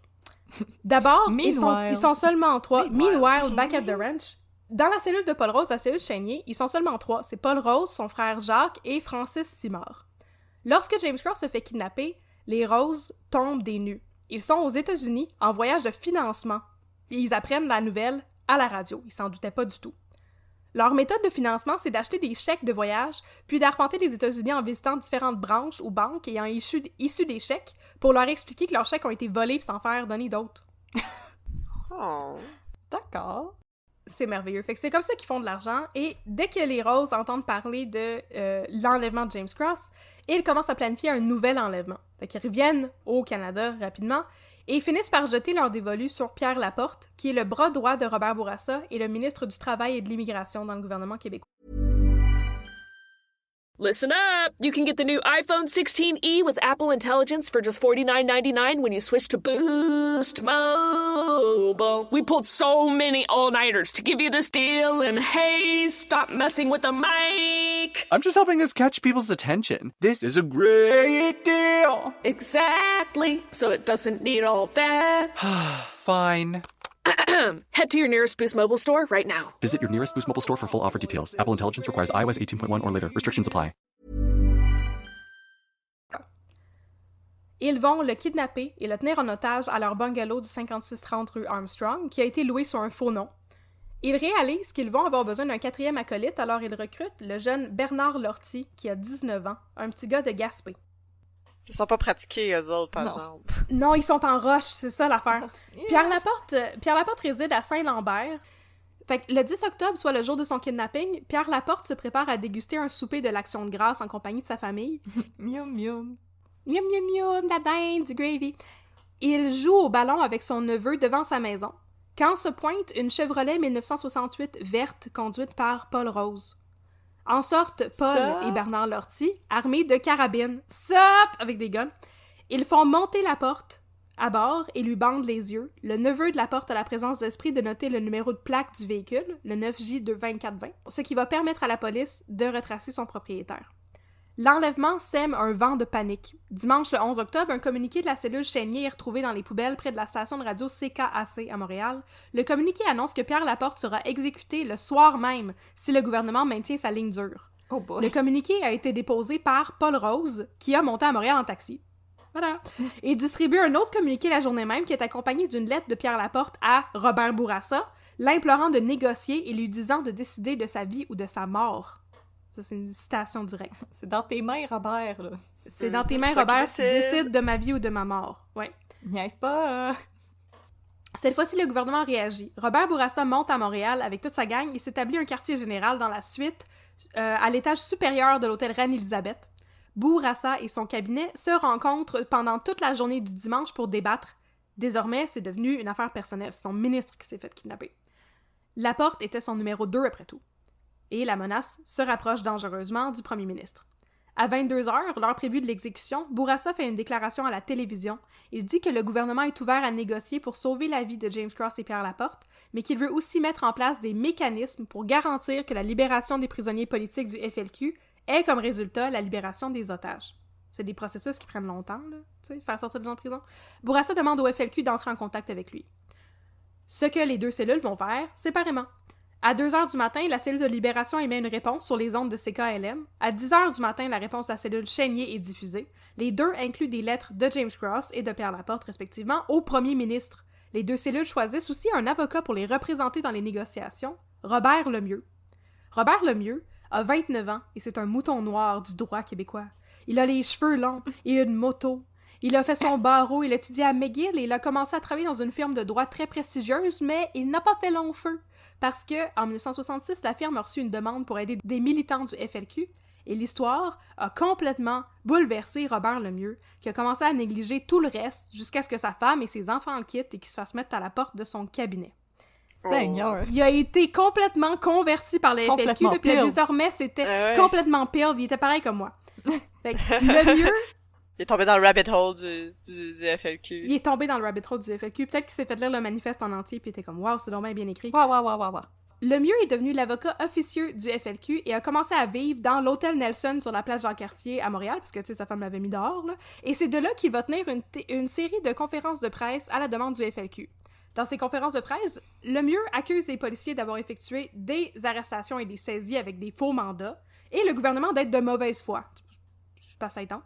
Et il conclut aussi une entrevue radio avec des mots d'encouragement pour le FLQ. « Lâchez pas les gars ». À ce moment-là, le ministre Jérôme Choquette décide de le faire arrêter pour obstruction à la justice. Whoopsie! L'avocat? Ouais! Oh non, oups! Ah non! Boum, il va être arrêté plusieurs fois, Robert Lemieux, pour obstruction à la justice. Oh apparemment. Là, le 13 octobre, c'est la panique généralisée. 3500 policiers montréalais font des perquisitions et des fouilles dans des résidences personnelles, en plus de surveiller différents édicules de métro, surtout celles près des stations CKLM et CKAC, où le FLQ avait déjà distribué des communiqués de presse. Ceux qui sont postés à Longueuil aperçoivent aussi Paul Rose 3 fois, mais personne n'arrive à procéder à son arrestation. Parce que c'est mis du Crisco. Petit Paul, il leur glissante les doigts. La première fois qu'il est aperçu, c'est à 10h du matin lorsqu'il prend un train pour Montréal. Il y a 2 policiers qui le suivent, mais ils perdent sa trace dans la foule. Paul Rose réussit à se sauver de la police et prend un taxi pour se rendre chez un de ses amis sur la rue Saint-Alexandre à Longueuil. Là, il jase avec son ami, soupe avec sa famille, et après le souper, il demande à son ami de lui donner un lift vers le centre-ville. Conscient du fait qu'il pourrait être arrêté à n'importe quel moment, Paul Rose se déguise. Il se frappe une brique contre les sourcils, jusqu'à ce que ses sourcils enflent, et puis il met de la cendre dans sa barbe et dans ses sourcils. Il enfile ensuite un large manteau, un chapeau, et s'engouffre dans la voiture de son ami. Oh my god! Méchant makeover, toi. Dedication! La voiture est interceptée par des policiers, justement, mais les policiers ne reconnaissent pas Paul Rose et le laissent partir. C'est comment, il y a un gars qui est vraiment badly beat up à côté de toi, mais on va rien faire. Pas à l'hôpital, hein? Il y a pas de l'air fort. C'est tes affaires, hein, ça te concerne. Fait que Paul Rose se rend à Montréal pour rencontrer Jacques Cossette-Trudel. C'est la première fois que les 2 cellules sont en contact depuis la fin août. Ils discutent du sort de leurs otages et déterminent que James Cross devrait être épargné. Pour Pierre Laporte, c'est un peu moins certain. Son sort est laissé à la discrétion de la cellule Chénier. Sauf qu'on n'est pas certain de cette information-là, ça provient du livre de Darcy Jenisch, mais Louis Fournier, dans son livre sur le FLQ, affirme qu'il n'y a eu aucun contact entre la cellule Chénier et la cellule de libération pendant les kidnappings. Fait que je sais pas pourquoi que Darcy Jenisch a inventé ça, mais en tout cas, on sait pas. Il écrit de la fanfiction. Soit ils se sont parlé, les 2 cellules, ou soit ils se sont pas parlé, puis ils ont juste pris des décisions indépendamment. Bon. Pendant ce temps, Robert Lemieux, l'avocat du FLQ, il est relâché de prison avec promesse de comparaître pour pouvoir rencontrer Robert Demers, l'avocat du gouvernement. Et là, c'est Lemieux et Demers qui ont encore le même prénom parce que tout le monde s'appelle Robert puis Jacques. Les négociations ne vont pas bon train. Demers raconte par la suite qu'il était convaincu que Lemieux avait été pilled, assimilé, endoctriné par le FLQ. Lemieux monologue et les négociations ne débouchent pas. Ensuite, Lemieux tient une conférence de presse flanquée des maudits Pierre Vallière et Charles Gagnon sont encore là, eux autres sont revenus. Ils sont revenus de voyage, là. Ils sont revenus de voyage, c'est ça. Mais aussi flanqué de Michel Chartrand, le leader syndical. Lemieux, il fait un résumé des négociations de la journée qui, selon Demers, était très déformé et loin de la réalité. La conférence de presse est cacophonique et chaotique. Les felkistes eut les questions des journalistes auxquelles ils ne veulent pas répondre et crient des « en français » lorsqu'on leur pose des questions en anglais. Bouh! C'est bouh! En français! C'est un train wreck total, puis en plus, Lemieux a fait ça contre la volonté de Demers qui avait dit à partir de maintenant, on fait plus de conférences de presse. Là, t'as vu la dernière fois que t'as fait des conférences de presse, puis on t'a fait arrêter pour obstruction pour la justice. Puis Lemieux était comme ouais. Puis il sortait des négociations, puis il retournait à l'hôtel puis faisait une conférence de presse. Il y a des grosses Rudy Giuliani vibes, je trouve. Je suis d'accord. C'est aussi le 13 octobre qu'on a droit à la fameuse entrevue où Pierre Elliott Trudeau réaffirme la ligne dure du gouvernement. L'armée est à Ottawa et le vaillant le premier ministre, est interviewé par le journaliste de la CBC, Tim Ralph, qui lui exprime qu'il est mal à l'aise avec le fait que l'armée soit là et il craint que le Canada devienne un État policier. Pierre Elliott Trudeau semble zéro impressionné par ses craintes et allégations et explique à Tim Ralph pourquoi l'armée est là et jusqu'où il est prêt à aller. Voici un extrait de leur conversation, traduction maison, parce que l'entrevue était en anglais. Et là, Megan, tu vas faire le journaliste et moi, je vais faire Pierre Elliott Trudeau. C'est moi, Tim Ralph. Tim Ralph. Il faut que j'aille un accent anglais. Ah, tu l'interprètes comme tu veux. Je vais y aller normal. C'est quand même un long échange. C'est quand même un long échange. Non, c'est ça. Donc, qu'est-ce qui se passe avec tous les gars avec des guns, là? Ah, vous avez remarqué? Ben oui, j'ai remarqué. J'aime pas ben ça. C'est quoi qui vous inquiète, mon chum? Ben, je veux pas vivre dans une ville avec plein de monde avec des guns. Est-ce qu'ils vous ont maltraité? Non, mais ils ont maltraité des amis à moi. Puis ils faisaient quoi, vos amis? Ils prenaient des photos. C'est légal, ça, non? Ben oui. Ça m'inquiète pas, moi. Je trouve que c'est naturel, s'il y a des politiciens qui se font kidnapper, que l'armée soit là pour protéger les gens de ça. Êtes-vous en train de dire qu'on devrait se plier aux demandes du FLQ? Non, je pense pas qu'on devrait faire ça. Mais on se protège pas contre le chantage non plus? Ben, si on fait ça, on va devenir un État policier avec des forces armées dans toutes les villes. Vous pensez pas qu'on aurait dû protéger Pierre Laporte puis James Cross? Ben non, ça prendrait ben trop de monde. Bah. Quoi? On a une grosse armée. Les journalistes qui ont couvert l'histoire jusqu'à date ont fait ça d'une manière un peu irresponsable. Vous aimeriez commenter là-dessus? Ben, je pense qu'ils devraient en parler un peu moins. Plus on en parle, plus on leur fait de la publicité. Vous devriez pas, genre, arrêter de les qualifier de bandits aussi? Mais vous pensez pas que c'est des bandits, les FLQ? Je pense que vous devriez peut-être pas secouer un drap rouge devant leur face. Ils tiennent 2 de vos amis en otage. Mais j'ai pas dit qu'ils étaient des bandits. Je parlais des gars du FLQ qui sont en prison et ont été condamnés pour leurs crimes. Des bandits. Je refuse de les qualifier de prisonniers politiques. Ils en sont pas des prisonniers politiques, c'est des hors-la-loi. C'est pour ça qu'ils sont en prison. Anyway, l'armée est là pour aider les policiers à faire leur job en paix. Mais vous pensez pas que ça va virer en état policier, vous? C'est vous qui décidez de faire rentrer l'armée, c'est votre décision, pas celle du FLQ. C'est pas ma décision. On a tous le choix. What a dick. Mon choix, c'est de vivre dans une société qui est libre et démocratique. Et une des choses que je dois accepter pour que ça fonctionne, c'est la possibilité que des gens comme vous soient kidnappés. Quoi? En tant que gouvernement, c'est notre devoir de protéger les membres du gouvernement et le gouvernement même du chantage. Je suis certain qu'avec du recul, vous préféreriez qu'on ait protégé M. Cross et M. Laporte de leur enlèvement. C'est certain, mais j'en reviens au choix que vous avez besoin de faire. Il y a beaucoup de cœurs sensibles qui aiment pas ça voir des gens avec des guns. À ces gens-là, je dirais « go on and bleed ». C'est plus important maintenir la loi et l'ordre dans la société que de s'inquiéter des faibles qui aiment pas voir des casques. À n'importe quel prix, vous seriez prêt à aller jusqu'où pour ce principe-là? Regardez-moi aller. Just watch me. Vous iriez... C'est le Just Watch Me, ouais. Vous iriez jusqu'à réduire les libertés individuelles. L'écoute électronique, par exemple. Écoute électronique illégale! Je pense que le gouvernement doit prendre tous les moyens possibles pour se battre contre l'émergence d'un pouvoir qui remet en cause celui de l'État. I mean, fascist much, là? Donc, on va arrêter ça pour l'entrevue. L'entrevue est plus longue que ça. Vous pouvez aussi aller l'écouter sur YouTube. Le commentaire sur le fascisme, c'est moi qui le dis, c'est pas Tim Ralph. Il a pas dit son opinion comme ça. Tim Ralph, il est très... mais c'est toute une joute verbale, honnêtement, de les voir aller. Ces deux-là, c'est assez impressionnant. Et donc, c'est ça, regardez-moi aller. C'est Pierre-Éliott Trudeau qui a dit son célèbre « Just watch me », quand on lui a demandé, justement, jusqu'où il serait prêt à aller pour défendre le Canada et protéger les politiciens. On va défendre avec mes bras! Ah ouais! Ah ouais! Faire de l'école électronique! Alors, on est désormais le 14 octobre. Le Mieux annonce aux journalistes qu'il se retire des négociations, mais il accepte de rencontrer Demers de nouveau après la diffusion du 9e communiqué du FLQ.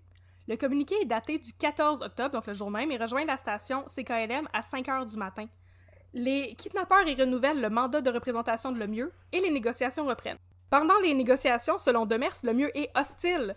Il lui dit que c'est à Demers de déterminer les conditions sécuritaires pour la libération des prisonniers politiques du FLQ et que c'est aussi à Demers de négocier avec les gouvernements de l'Algérie et de Cuba pour s'assurer que les kidnappeurs puissent y trouver refuge. Fait qu'il dit, regarde ça, c'est ça les conditions qu'on a, là. Puis moi, je fais pas une once de job, là. C'est à toi de t'arranger pour que toutes ces conditions-là se réalisent. C'est ça. Demers se trouve un peu hostile. Demers accepte de contacter le ministère des Affaires étrangères et il conclut la négociation d'une entente. Avec une entente, pardon, Demers et Le Mieux. C'est fini les conférences de presse, là. Le Mieux, tu vas te calmer un petit peu, là. Mais Le Mieux donne une conférence de presse moins d'1 heure plus tard. Il aime ça parler à la presse. Il est pas capable de pas faire une conférence de presse. Il est pas capable de pas faire une conférence de presse. Fait que Demers est en beau joie de vert, il appelle Le Mieux et il l'engueule comme du poisson pourri, lui donnant rendez-vous à Québec pour poursuivre les négociations dans un autre cadre. C'est ça. Qu'est-ce que tu comprends pas, là? Je suis en train d'essayer de faire du travail pour débloquer des négociations avec les différentes ambassades et tout, puis l'autre, il fait juste n'importe quoi. Mais au lieu de... Ferme ta gueule pendant une journée.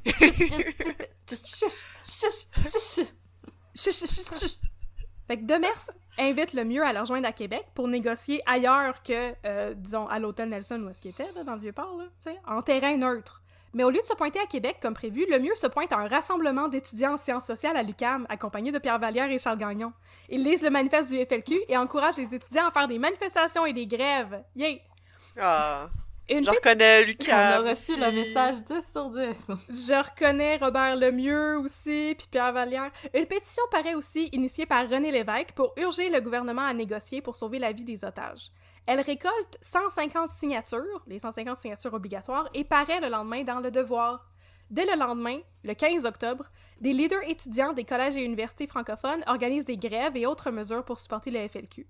Vallière et Michel Chartrand font le tour des institutions pour donner des discours à la demande des différents syndicats étudiants. Oui. Ouais, je vais juste mentionner, l'UQAM, ça existe depuis 1969. Donc ça faisait même pas à peine un an que... Ça faisait même pas un an au complet parce que c'était... Non, ça faisait un petit peu plus qu'un an que l'UQAM était ouverte. Puis c'était déjà comme, ouais, non, donc on va lire le manifeste du FLQ, c'est ça. Ça mettait la table. Ça mettait la table, effectivement. Donc, là, on est le 15 octobre. Au Théâtre Jésus, il y a 800 étudiants de l'UQAM qui se rassemblent sur l'heure du dîner pour entendre Vallière et Chartrand. Et après le lunch, pas question de retourner en classe. Une partie va aller occuper le bureau du recteur à l'UQAM et une autre va organiser des levées de cours et des manifestations. Oh, des levées de cours! Des levées de cours! D'ici la fin de la journée, le recteur décide de fermer l'université. En fin de journée, le mieux donne une autre maudite conférence de presse. Il y a une annonce qu'il a reçu de l'information privilégiée.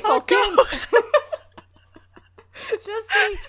Il est pas capable. Il annonce qu'il a reçu de l'information privilégiée voulant que le gouvernement a découvert l'emplacement des cellules Chénier et de Libération et s'apprête à frapper avec violence. Il demande au gouvernement une confirmation de cette information, mais à la place, le gouvernement Bourassa émet une déclaration claire.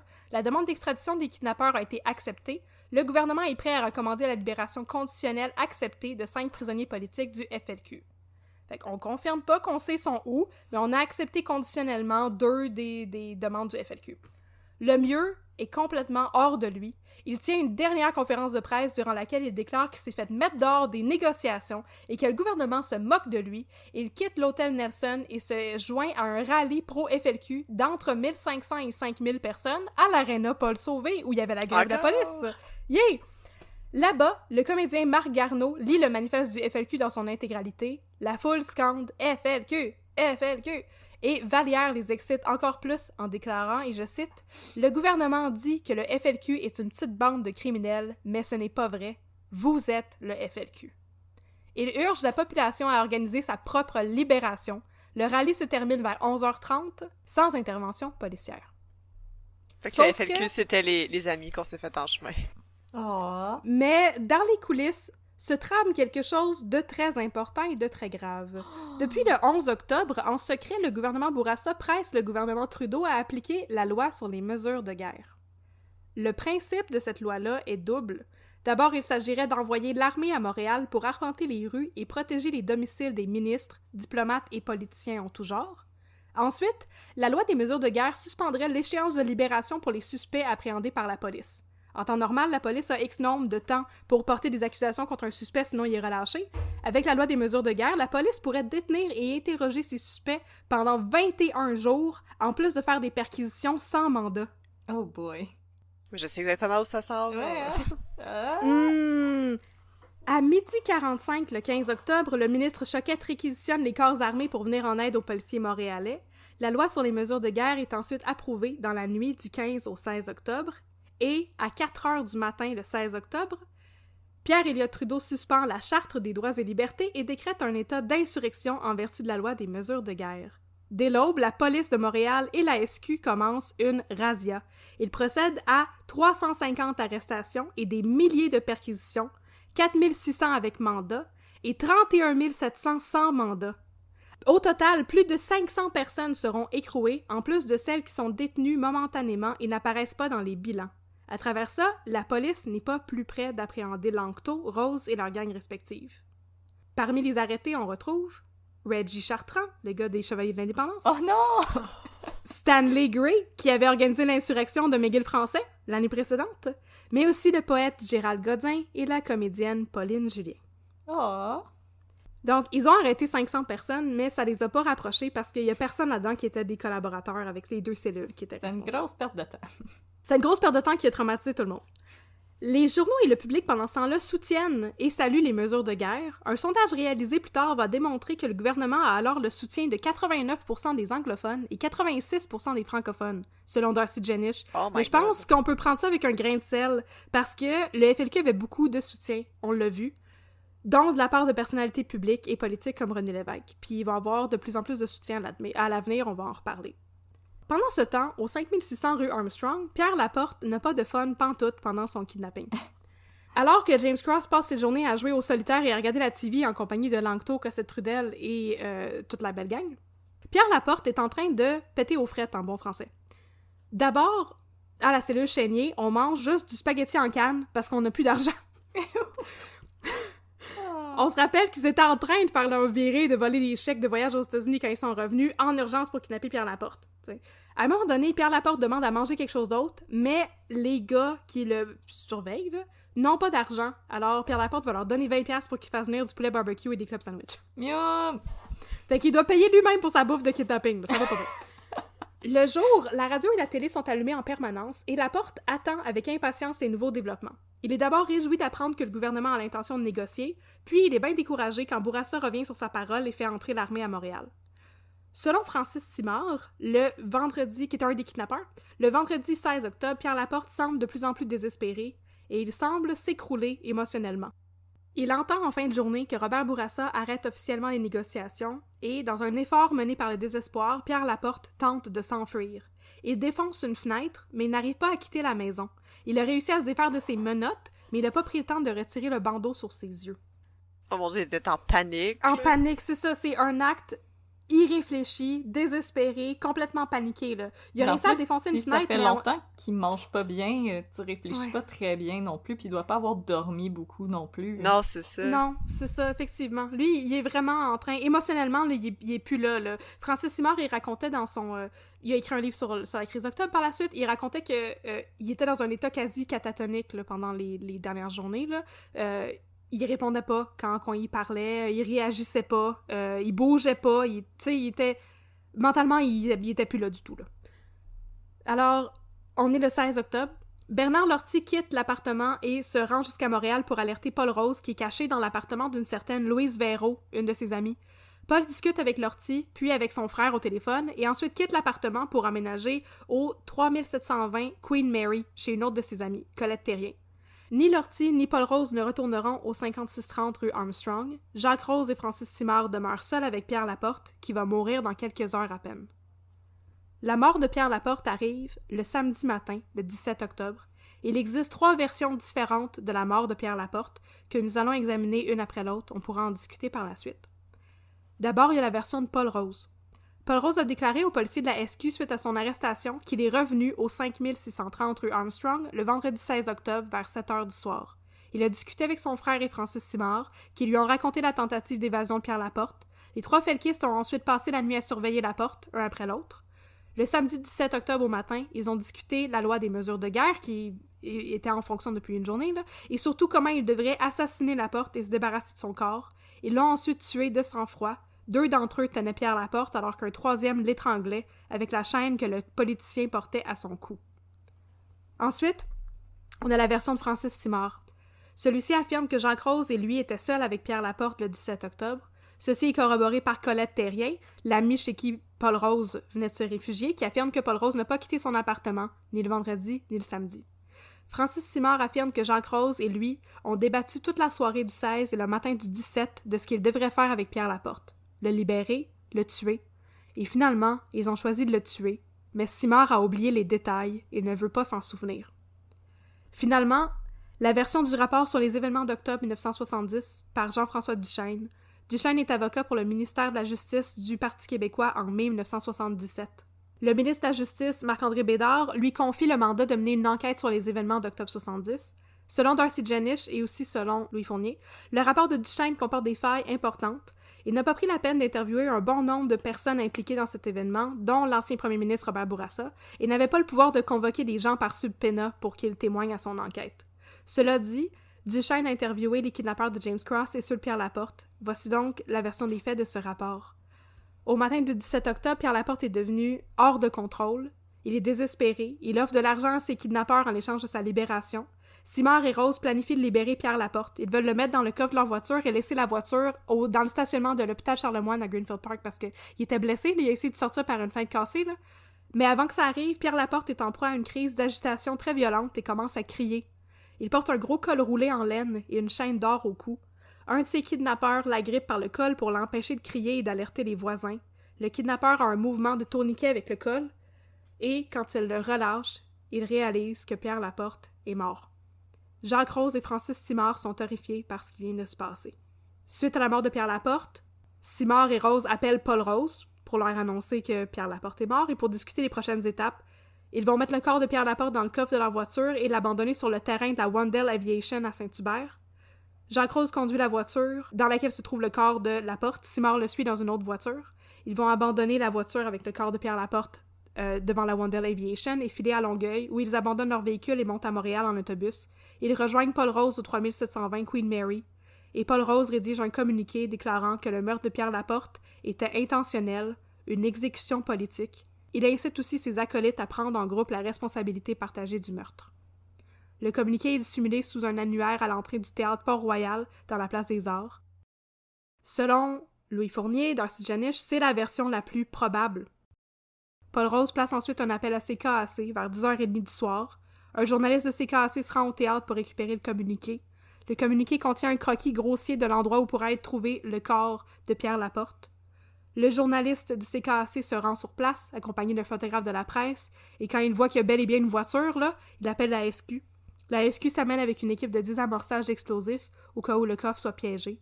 La mort de Pierre Laporte est annoncée sur les ondes de CKAC à minuit 25. Pour conclure cet épisode, je vais vous lire le communiqué de la cellule Chénier annonçant la mort de Pierre Laporte. Je cite « Face à l'arrogance du gouvernement fédéral et de son valet Bourassa, face à leur mauvaise foi évidente, le FLQ a donc décidé de passer aux actes.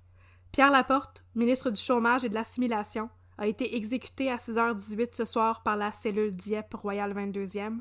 Vous trouverez le corps dans le coffre de la Chevrolet verte 9J2420 à la base de Saint-Hubert. Nous vaincrons. FLQ. PS. Les exploiteurs du peuple n'ont qu'à bien se tenir. » Fin de la citation. Et c'est ce qui conclut mon épisode sur la crise d'octobre. Oh, ça finit mal! Ouf! Ouf! C'était une bonne place pour finir ça, hein? Ben oui, parce que là, on va falloir qu'on aille se remettre de nos émotions. Ben là, c'est rough, là. Alors, qu'est-ce que vous pensez des 3 versions sur la mort de Pierre Laporte? Moi, je pense que c'est le truc du col roulé, puis Paul Rose, il veut être un big bad boy, puis comme ça donner de la crédibilité. Là, clairement, ça ferait beaucoup de sens, à mon avis. Comme moi aussi, en plus que tu nous as dit que Paul Rose, quand il est sorti de prison, il a dit « Je n'ai aucun regret et je recommencerai demain », c'est clairement quelqu'un qui joue au tough guy, là, puis... Mais c'est ça, puis qui a jamais tué personne. Tu peux pas admettre que c'était une erreur, que c'était juste un accident, là, comme... Je pense qu'il se sent trop humilié par la situation, puis il est comme « Ok, je vais essayer de flip it pour avoir l'air d'un révolutionnaire full tough », mais non, selon moi, c'est vraiment un bête accident qui est arrivé, puis en plus, Francis qui dit comme « Ah, je sais pas, je m'en rappelle pas trop, je pense que c'est une admission de c'était une erreur vraiment, vraiment conne. » Puis Paul me regarde avec des gros yeux, fait que je vais pas vous l'avouer. Je suis d'accord avec ça, parce que Jacques Rose puis Francis Simard, ils avaient respectivement comme 23 puis 25 ans. C'était des jeunes gars. Bien sûr, ils n'ont jamais tué personne. Moi, je les vois très bien le tuer accidentellement, parce qu'ils l'ont garrotté avec sa chaîne, c'est ça qui est arrivé, tu sais. C'est pas long, faire ça. Non. C'est pas long, un accident comme ça. Puis je les vois très bien capoter, monter en ville. Même pas, on va pas dire ça à Paul au téléphone, là. On va aller le voir, on n'a plus rien à faire ici, là. Il faut qu'on parte le plus vite possible, là. Puis, je les vois très bien monter en ville, puis Paul Rose dire « Ok, mais il faut qu'on prenne la responsabilité en gang, parce que si on dit pas que c'est une exécution, on a l'air des faibles. On a l'air d'une gang qui est mal organisée. » Comme si le gouvernement vont savoir que, comme, on sait pas ce qu'on fait, fait qu'ils vont juste, comme, rentrer dans le tas. Ça enlève toute la crédibilité au mouvement, là. Comme, ils ont plus rien pour négocier. Exactement. Ils vont admettre qu'ils sont vraiment une gang de petits gars qui ont peur, t'sais. Exactement. Je veux dire, à ce moment-là, l'histoire de James Cross est encore détenue par l'autre cellule. Absolument. Puis James Cross va être détenu pour longtemps encore. On va en parler dans le dernier épisode. Dans 2 semaines. Dans 2 semaines! Donc c'est ça, le dernier épisode va couvrir ce qui s'est passé par la suite avec James Cross, la police qui a fini par retrouver les gens du FLQ et la question de l'exil. Il y a certains FLQ qui ont été exilés à Cuba, effectivement. Il y en avait déjà, tu sais. Et on va en reparler. Il y en avait déjà 2 là, qui avaient hijacké un avion, là, ils vont revenir. Ils s'attendaient avec des pina coladas. Ouais, c'est ça. Ouais. Comment on va aller à Cuba? Mais c'est ça. Moi, c'est pour ça aussi que je pense que l'histoire de Darcy Janisch, là, de Francis Simard qui rencontre Jacques Cossette-Trudel pour décider du sort des otages, que c'est pas vrai, que c'est une fabrication du FLQ par la suite pour avoir l'air organisé. Pour dire, OK, on avait déjà décidé qu'on tuerait pas James Cross, puis que le sort de Pierre Laporte était entre les mains de la cellule Chénier, puis il pouvait décider ce qu'il voulait faire avec. Je pense que c'est pas vrai du tout. C'est une autre façon de se sauver en face. Ah oui, définitivement. Ouais. Ça ferait beaucoup de sens. Moi, j'y crois pas pantoute. C'est de la fanfiction! je ne pense pas que ce soit de leur faute et je pense pas que c'était intentionnel. Je pense vraiment pas que ces hommes-là étaient partis avec l'intention de tuer Pierre Laporte. Peu importe ce que Paul Rose a dit par la suite. Et vous pouvez nous écrire pour argumenter avec nous. Ben oui. @gmail.com. Parce que moi, je suis aussi pire que Robert Lemieux, là. Moi, j'ai été complètement assimilée, là, par... Catherine, arrête de faire des conférences de presse! C'est ça. Une autre conférence de presse, c'est ta 6e aujourd'hui. Lâche les français, stationnements s'il des vous centres de plaît. jardinage! Aïe, aïe. Entre le salon de crémation puis le sex shop, là. Des lieux privilégiés pour Oh. faire des annonces vraiment importantes. Ouais. Grosse Absolument. Giuliani vibes. Oh my god. Fait que, oui, c'est ça, écrivez-nous pour nous dire un peu de crème@gmail.com parce que c'est ça, moi, je suis totalement, là, moi, je serais devenue l'avocate du FLQ, là. En 2 minutes. Ouais. J'aurais été convaincue de de même. Moi, je t'aurais tout hébergé ça, cette gang-là. Ben ouais, envoyez les frères Rose, venez vivre chez nous, pis... T'aurais été la Sidney Powell du FLQ. Avec des petits prints léopards. Fait que c'est ça. Écoutez, si vous aimez ça, cette formule de cas super long sur 4 épisodes, écrivez-nous pour nous le dire, un peu de crème@gmail.com, parce que ça a été de la job, mais si vous aimez ça, je pourrais peut-être considérer d'en faire d'autres. Ben, c'est correct, là, moi, je vais me primer pour vous faire la grève d'asbestos. Ben oui, c'est ça, exactement. Ça aussi, Parce ça va être que- un truc de plusieurs épisodes. Parce que j'ai hérité des journaux que ma grand-mère avait ramassés à l'époque. T'as hérité de tout le poids de cet héritage-là, c'est à toi, là. Ouais. Puis des roches d'amiante qu'on fait juste avoir chez nous. Et qui fait capoter tout le monde. Nice! Une lampe en amiante. Yes, sir. Un meuble Ben, en pour amiante. vrai, Un plafond en amiante! ben, dans la maison de mes grands-parents, des roches d'amiante servaient littéralement de décoration, là. Mais tant que t'es manipules pas trop, c'est pas dangereux. Ah, ben, C'est ça. moi puis mes cousins cousines, on passait nos doigts dessus, fait que là, on avait plein de filaments sur les doigts, puis on se courait après en criant qu'on était des monstres, là. Oh, Ok, ça, c'est plus dangereux. belle enfance. Belle Ah, ambiance dans la l'innocence de l'enfance. Yes, sir! C'est ça, je veux que de l'amiante. Mais je rentrerai pas trop dans les détails, vu que j'ai prévu vous parler de asbestos. Asbestos! Alors, merci à tous et toutes d'avoir été des nôtres pour la partie 3 de la grande saga du FLQ, de FLQ Wing. Vive le FLQ! Alors, témoignez-nous de votre appréciation ou de votre pas appréciation. Recommandez-nous des cafés, recommandez-nous d'autres cas au unpeudecrime@gmail.com. Vous pouvez aussi nous écrire directement sur Facebook @unpeudecrime. Vous pouvez nous suivre sur Instagram @unpeudecrime dans ton café. Et aussi, si vous avez un petit 5 minutes to spare, si vous pouviez nous donner une note sur Apple Podcasts ou sur Facebook, recommander la page ou mettre une cote sur la page, c'est ce qui nous permet d'avoir un peu plus d'exposure et ce qui fait en sorte que les algorithmes sont un peu plus gentils avec nous et que un jour on va pouvoir come for Joe Rogan. Yay! Merci encore d'avoir été des nôtres. On vous invite à revenir la semaine prochaine pour un cas un peu plus léger et à revenir dans 2 semaines pour la suite du FLQ. La Et- fin du folk. La fin du folk. Alors, si ça vous intéresse, nous allons maintenant commencer le segment consacré à District 31, les 2 minutes de Babine. Et si ça ne vous intéresse pas, Vous avez le droit. on vous dit à la semaine prochaine. Prenez soin de vous. On se revoit bientôt pour mettre un break room dans votre café. Et sinon, voici, ce sont les 2 minutes de Babine qui commencent. 2 minutes de Babine!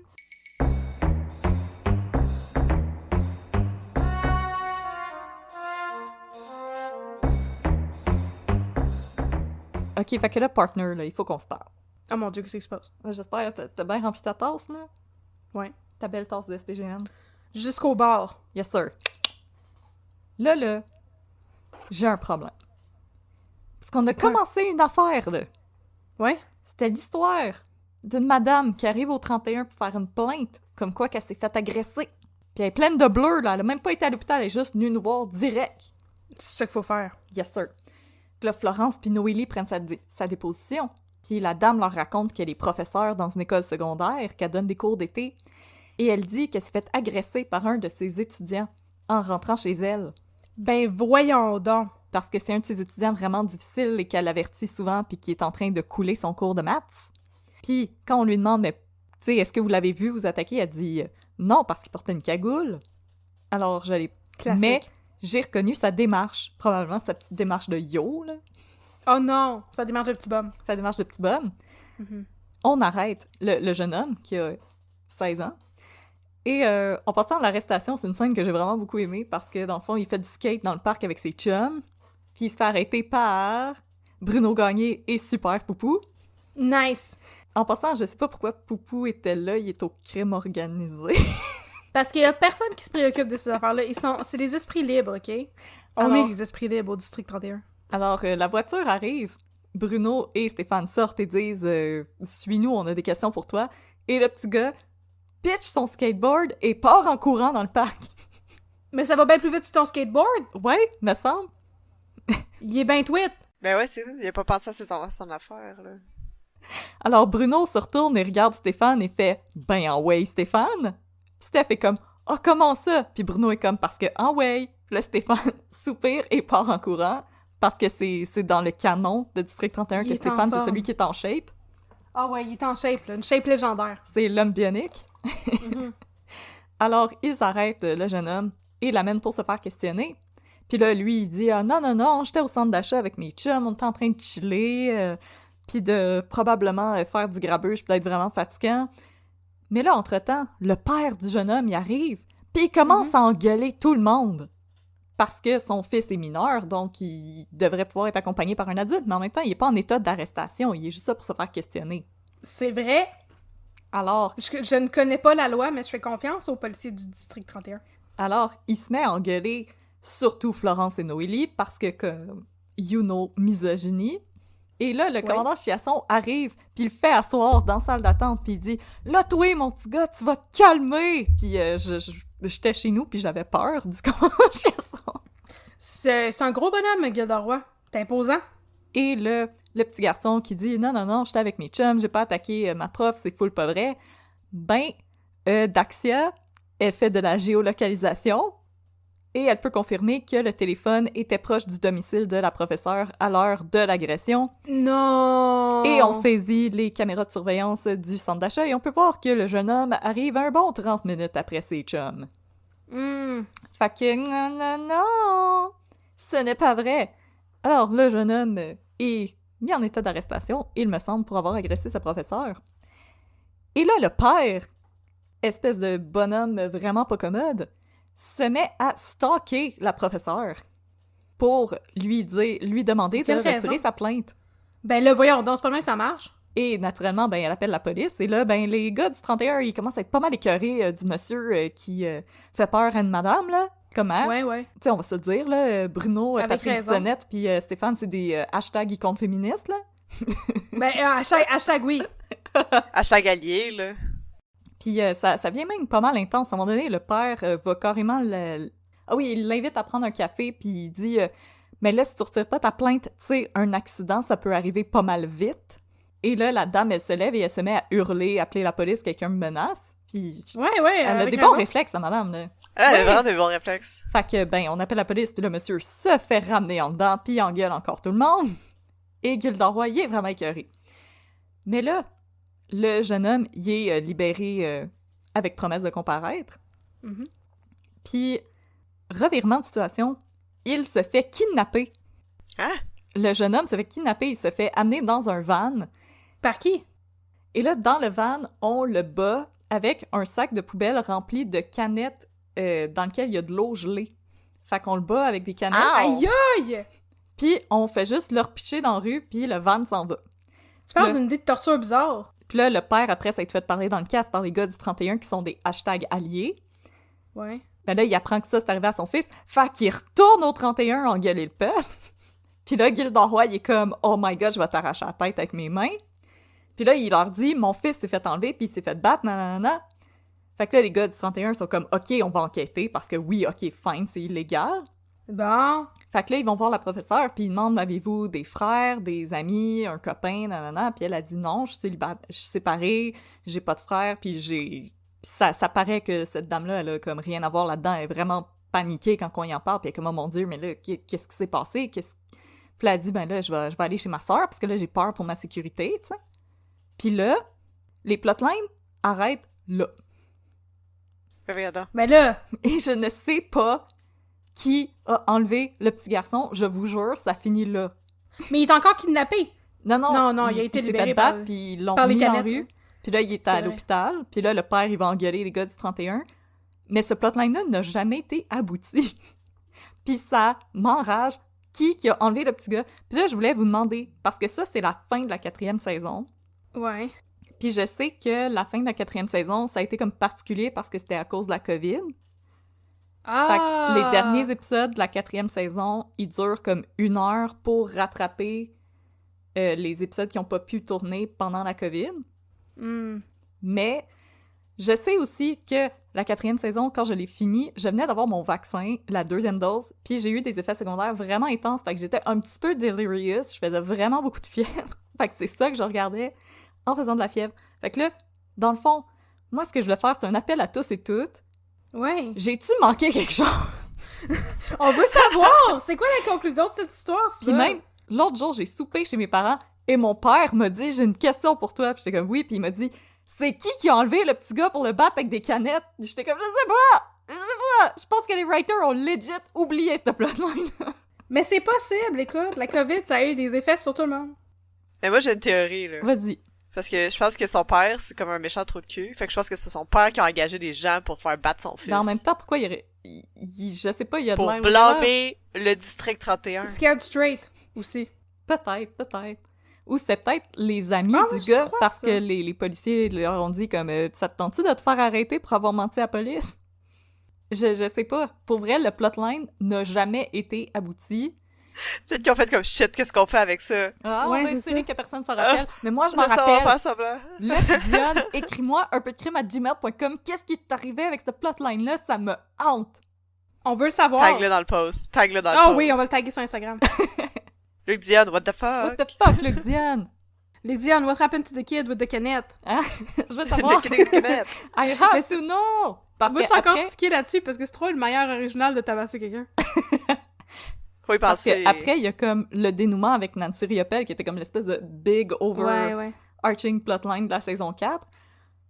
Mais comme, j'ai jamais eu la conclusion de ça. Mais c'est parce que des fois, ils concluent les cas un petit peu boboches, comme l'ayahuasca, que finalement, c'est juste, à un moment donné, Patrick puis Bruno qui jasent au bar, puis sont comme « Oh, qu'est-ce qui est arrivé avec ça? Oh, il est allé en avant le jeu, puis il est allé en dedans. Ok, cool, ok, bye! » Ok, cool, ok, c'est fini, bye! Ok, bye, faut qu'on passe au prochain plotline. Yeah, bye. Bye, Alors, bye, bye, bye. aussi, il y a Ça un me writer de District 31 qui veut m'écrire qu'est-ce qui est arrivé avec cette plotline-là.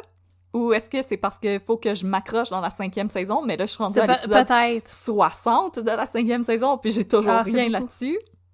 J'avoue que c'est loin. C'est loin in. Si ça revient comme à la fin de la 5e saison, ça va être un méchant twist. Ça va être un méchant twist. T'attendras pas à ça. Non, c'est ça, pas tout. Le jeune homme va être devenu un vieillard. Imagine la satisfaction, c'est ça, là, d'apprendre ça, là. En tout cas, merci mon chum pour cette histoire, c'était très intéressant. Ben, c'était pas tant une histoire qu'un appel à la communauté. S'il vous plaît, tous les partners, puis les chums, puis les bonhommes qui nous écoutent. les bonhommes, Écrivez-nous. puis mon homme, puis tous les gens du Grand Montréal. Tous les gens du Grand Montréal, les étudiants de l'Université du Grand Montréal. Si Ouais, vous pouviez tout nous ça. appeler ou nous écrire un peu de crime@gmail.com. Sébastien pas, on a pas Delorme de numéro en de téléphone. particulier, si tu veux m'écrire. Oui. Ah oui, toujours. Tu peux m'écrire n'importe quand, il n'y a pas de mauvais moment pour m'écrire. Vincent Guillaume Otis aussi, tu peux nous écrire quand tu veux. Ça va nous faire plaisir de te Mhm. parler. On voudrait te recevoir à notre podcast. On a une belle place bien chaude pour toi.